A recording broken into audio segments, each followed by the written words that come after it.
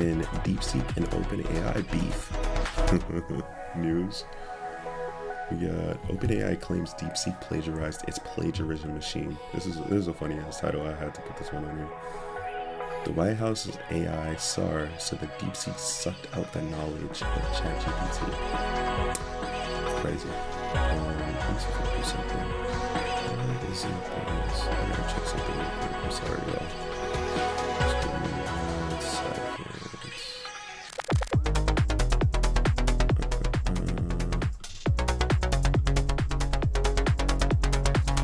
Chat isn't refreshing.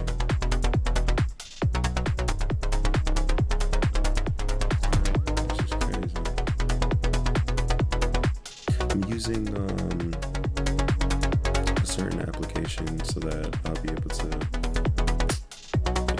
read chat, but it wasn't refreshing just now, so I wasn't able to tell.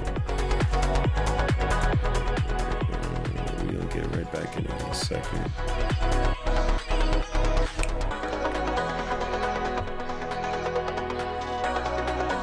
Let me see if I can analyze this one.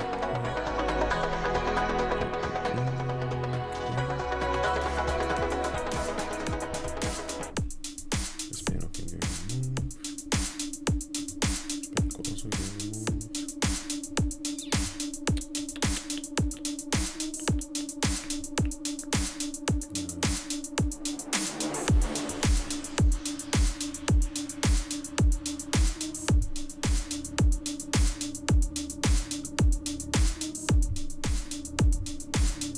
All right.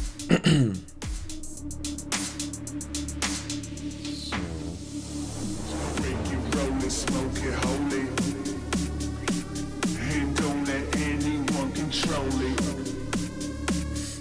Break you, Just make sure everything is good.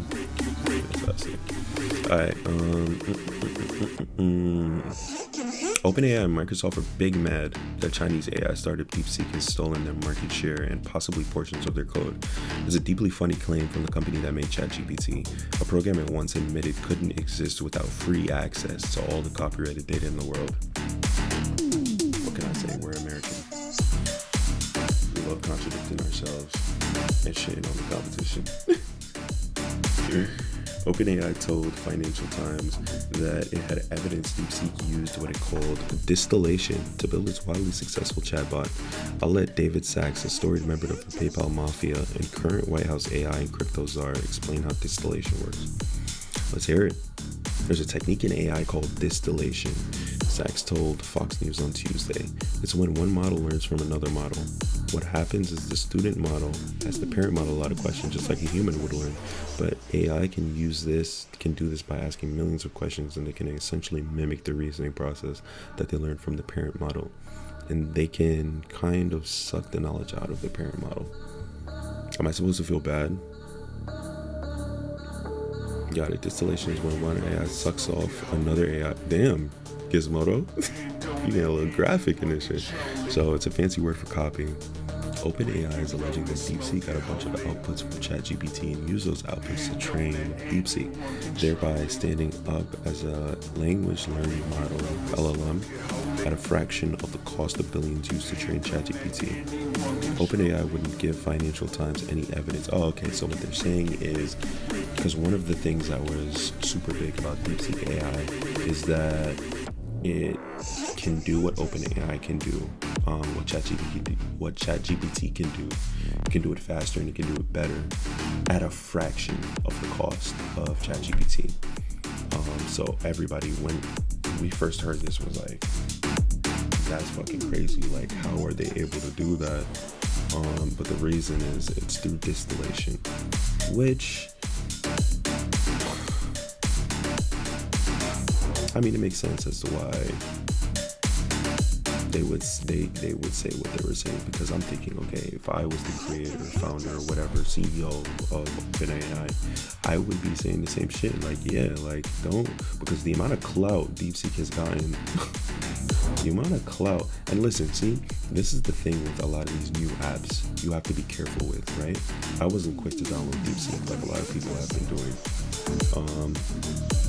It's because this thing just hopped on the scene, explodes out of nowhere, and we don't know how it happened or why it happened or whatever, and we're just gonna immediately start downloading this shit off the App Store, bro. Sometimes you need to kind of let things, most times you need to kind of just let things simmer, give it some time. You don't even have to wait too long, a few days to a week perhaps, and then see the chaos unfold. You know what I'm saying? Because this is what we're seeing right now. DeepSeek is stealing information, essentially. OpenAI is doing the same thing. ChatGPT is doing the same thing. We'll just call it different terms, but such as distillation or whatever. We don't use the word theft, but ChatGPT is stealing from us, and which you agree to when signing up for ChatGPT, but ChatGPT is getting stolen from DeepSeek. Now, who's in the wrong? I don't know. At the end of the day, the company that survives, the company that makes the most money, that's the right company. I mean, it's a lot like warfare. When you think about corporate ethics, there really isn't much to go around. There really isn't much morals or ethics to go around, even though there are ethics in company and business. But when you really drill down to the root of these things, it's all out war, you know. So if DeepSeek can keep it pushing and keep it going and maintain this climb, because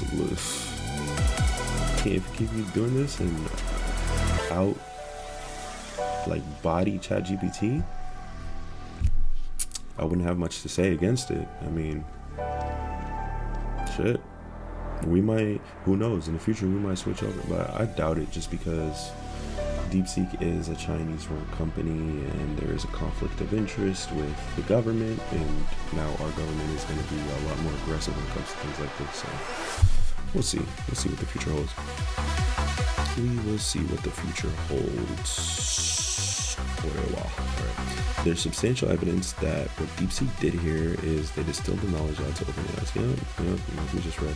And I don't think OpenAI is very happy. Of course not. I think the things you're going to see out of this is our leading AI companies taking steps to prevent distillation. Yeah, this is a step. This is the thing that had to happen so that could happen. Microsoft noted where the activity around ChatGPT's API flagged the company. The API calls may have been linked to DeepSeek's distillation of ChatGPT. If the allegations are true, it's possible that DeepSeek made a bunch of calls to ChatGPT's AI, generated a bunch of data, and then used that to train its own language learning model.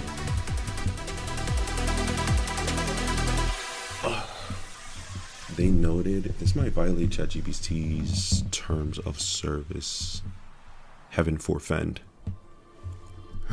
This is corny. This is the writer saying, they noted this might violate ChatGPT's terms of service. Oh, heaven forfend? Who the hell says that? Some shit a writer would think up. Anyway, DeepSeek dethroning. Why am I roasting him? DeepSeek dethroning ChatGPT on Apple's App Store. This person must really not fuck with ChatGPT. I'm gonna tell y'all right now, I fuck with AI to a certain extent. I like that I can use it to write emails, tasks that I would much rather outsource. I can kind of use it to help the process, make things a lot faster, bro. AI is the future, but we're not gonna get into that right now. Let's finish this article. NVIDIA, which manufactures the chip used to train the chatbots, lost more than 500 billion. NVIDIA got shafted, bro. NVIDIA has been on the decline. This is why you need to pay attention. If you're buying stocks, which you should be, everybody should be buying stocks, whether it's ETFs, mutual funds, single stocks, whatever.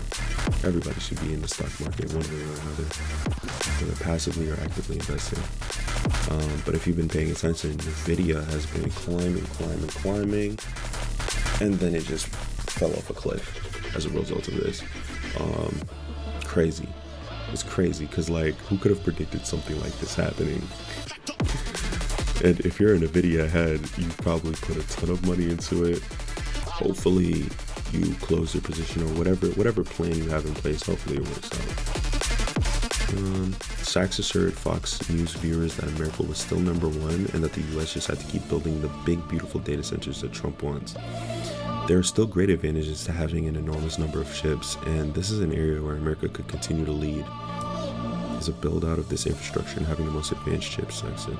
So I think it's a little bit of an overreaction to say that America does not need AI data centers anymore. I think we need to build out these big AI data centers.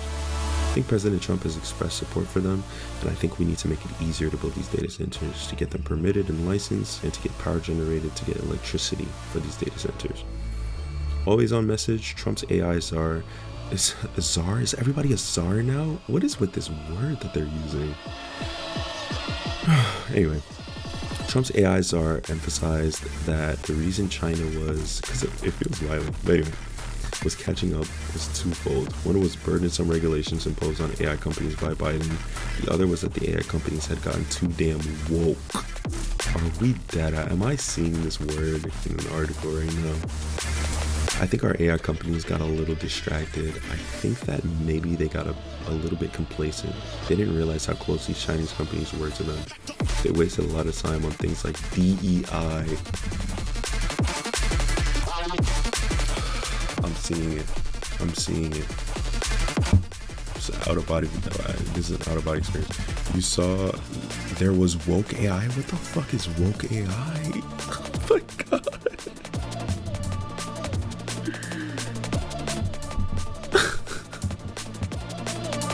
Woke AI. What the fuck is woke AI? Alright, whatever. As of this writing, DeepSeek is still number one on the App Store. Damn, fuck it up. Fuck it up. Yeah, man. There's a lot to unpack here, but I'm not even gonna get into it. They've wasted a lot of time on things like DEI. Listen, there's a reason, aside from being woke and DEI, there's a reason as to why one would be interested in imposing restrictions on the advancement of AI. Not everything is meant to be pursued vehemently. You know what I'm saying?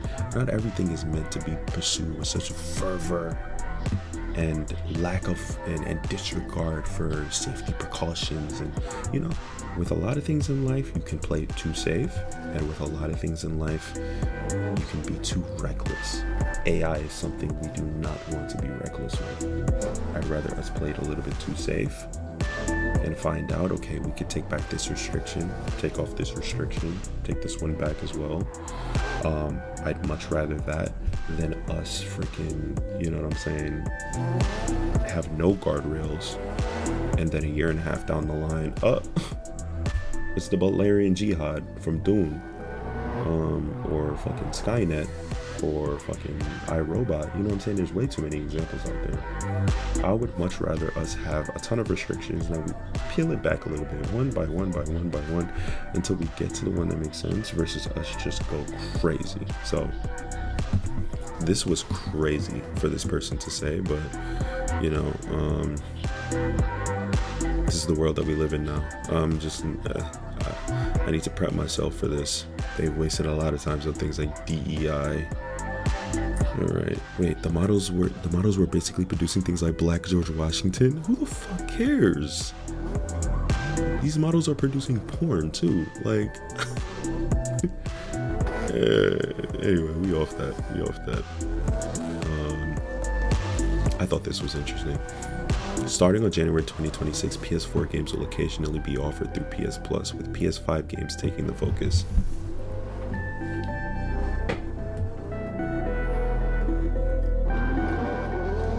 Looks like Sony is starting to phase out the PS4. About time, if you ask me. About time. Because we're 5 years into the, like it says right here, we're 5 years into the PS5's life cycle. Come on, gang. Bro. Listen, there's been a lot of content creators talking about if you're on a PS4, you're broke, you need to get off the PS4, and I understand why they're saying that. I don't agree with the sentiment that gaming is a rich person's hobby or a person with money's hobby, expensive hobby. It doesn't have to be. Most of us got into gaming. If you're anything like me, you got into gaming when you were young, poor, maybe. When everybody had the PlayStation 3, the Xbox 360, I was rocking the GameCube, still playing the PS2, PS1, the first Xbox. You know what I'm saying? Those were the consoles I was playing. But I was a child. I loved it. Even if I was playing by myself, it was a ton of fun. But that's how I got into gaming. If my mom had $5 at her disposal, another $10, and we were at the mall running errands, she would just be like, here, take this $10, go into GameStop, get you a game. Dig in the bargain bin, I'd find some obscure game that I wanted to try, and I would have the time of my fucking life playing that shit until, the trade-in service, it was fire back then. Until it was time for me to trade it in, get another game. So I don't believe in the sentiment that gaming is supposed to be an expensive hobby. If you want games when they just launch, yes. But with that said, why are you playing on a PS4, just a PS4, in 2026, dog? I've heard a lot of people say getting a PS5 isn't worth it, and if you're a gamer, that's ridiculous to me. Get you a PS5, bro. Please, Lord. Stop holding us back. You're causing me grief. Okay? Get you a PS5. You could play the games that you playing on the PS4 on the PS5. Console parity is a real thing. You're holding the developers back. And you have money to get a PS5. Well, I don't know. I'm just saying, it's better for the industry this way. I'm saying, with that said, I have sympathy for you if you're a PS4 exclusive player, but also get your ass into gear, bro. If you need to pick up a job, if your spending is out of control, whatever the reason might be, just copy PS5. And when the PS6 come out, sell the PS5, copy PS6, or whatever the fuck you want to do with the PS5, or get the PS6. You know what I'm saying? Like, let's move forward with the industry. When Xbox come out with some fire shit, copy the Xbox shit too. We need PlayStation to have competition. Stop fronting. But yeah, it looks like they're phasing this out. Last year we learned that PS4 players still represent half of all PlayStation players. That's too many in so long. As a number of major third-party titles continue releasing PS4 versions of the game, there aren't any signs that the divide will change. PlayStation definitely wants it to change though, and it is trying to push things forward with PlayStation Plus. This is some yeah, I mean, I think this will have an effect. As many of our players are currently playing on PS5 and are shifted toward redeeming and accessing PS5 titles from a monthly games and game catalog benefit. PlayStation Plus is also evolving with this trend and will focus on offering PS5 titles through the monthly games and game catalog from January 2026. Did I read that right? 2026?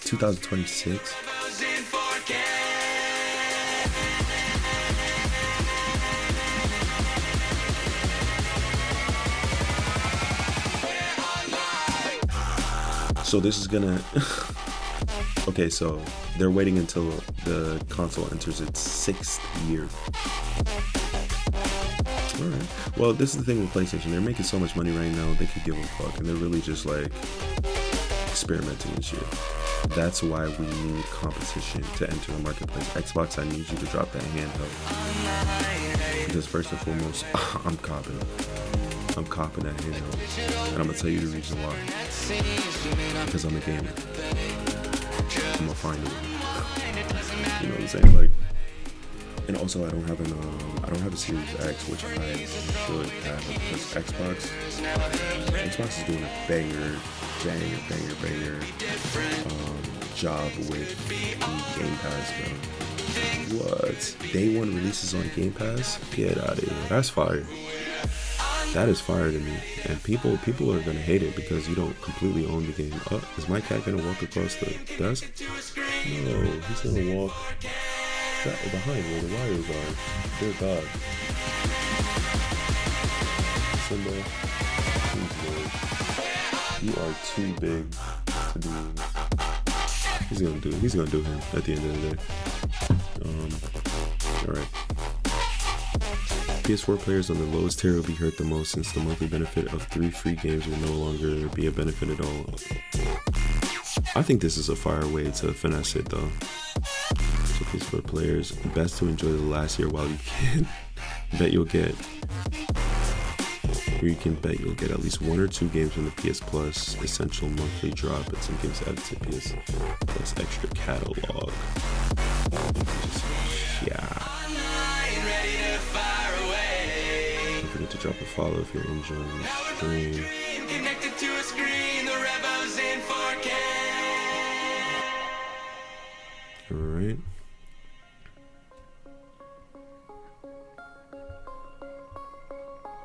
Alright, and I think honestly we are going to pause it there. I got some other articles. I'm just going to do a speed round of these articles, and then we're going to hop on the game just so that you're aware. Mass Effect 5 BioWare doesn't require support from the full studio. EA moved some staff to other teams. Interesting, you might want to look into that. The knives are coming out for DeepSeek AI, as we kind of discussed already. BioWare betting it all on Mass Effect 5 and after even more layoffs. Sony Bend Studio has reportedly cut an unknown number of contractors following the cancellation of its live service game. There's a lot to talk about there. And yeah, we can actually skip this. Okay. Alright, but honestly, with that said,